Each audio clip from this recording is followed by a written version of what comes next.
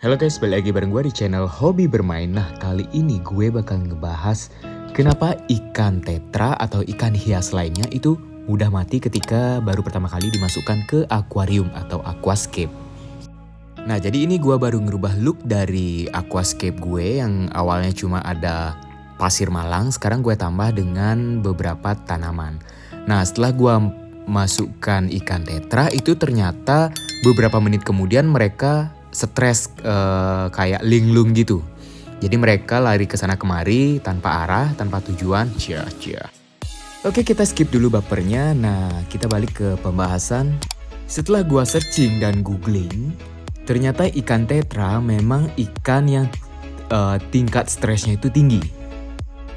Nah, jadi guys, ikan tetra itu merupakan ikan yang hidup di habitatnya itu bergerombol. Mereka hidup berkelompok. Jadi ketika mereka dihadapi dengan ekosistem yang tanpa ada kelompok dari mereka, jadi mereka akan cenderung mudah stres. Selain itu, kemarin gue juga ada kesalahan di mana gue menaruh akar tanaman atau kayu-kayuan itu langsung tanpa melalui proses untuk menghilangkan zat tanin yang ada di kayu itu.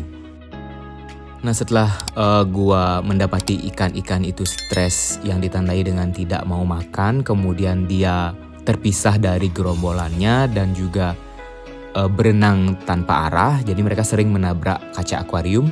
Jadi gua pisahkan dan gua tempatkan di sebuah ember.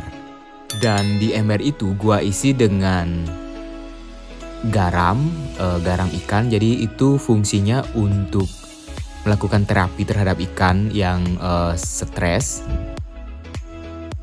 dan juga untuk menghilangkan jamur yang ada di ikan tersebut.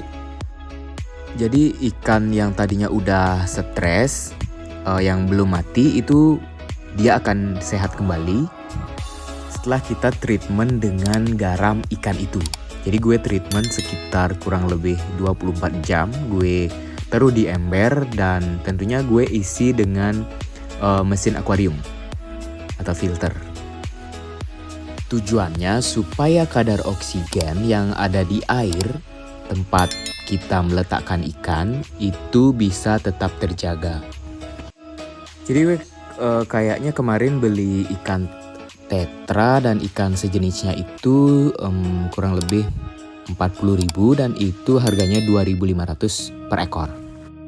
Nah, yang gue hitung itu kayaknya ada sekitar 4 ikan yang udah terlanjur stres dan mati. Sisanya itu masih dalam proses pemulihan.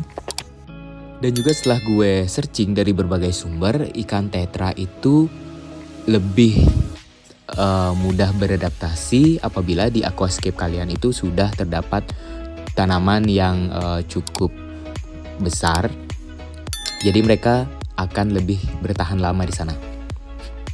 Dan tingkat stres mereka pun juga akan semakin berkurang. Oh ya, nah jadi untuk tanaman kecil-kecil yang ada di aquascape gue itu namanya Monte Carlo kalau nggak salah. Jadi gue itu tebar benihnya. Kurang lebih itu memerlukan waktu pertumbuhan sampai gue ambil video ini itu 4 hari. Jadi setelah mereka 4 hari itu tampak di video ini. Dan juga tadi gue sempat ngebahas tentang zat tanin yang ada di akar atau kayu dari tumbuh-tumbuhan. Jadi gue itu melakukan proses untuk menghilangkan zat taninnya.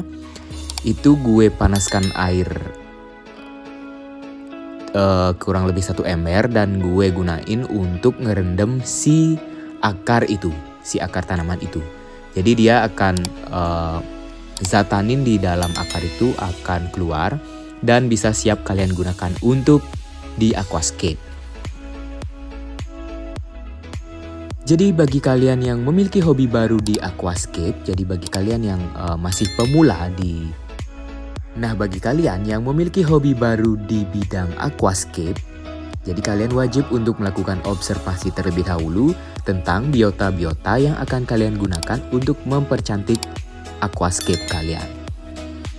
Oke, tunggu video gue berikutnya ya, dan nyalakan lonceng dan jangan lupa subscribe channel ini untuk mendukung gue untuk semakin bersemangat dalam membuat konten seputar aquascape dan hobi-hobi bermain lainnya. Thank you.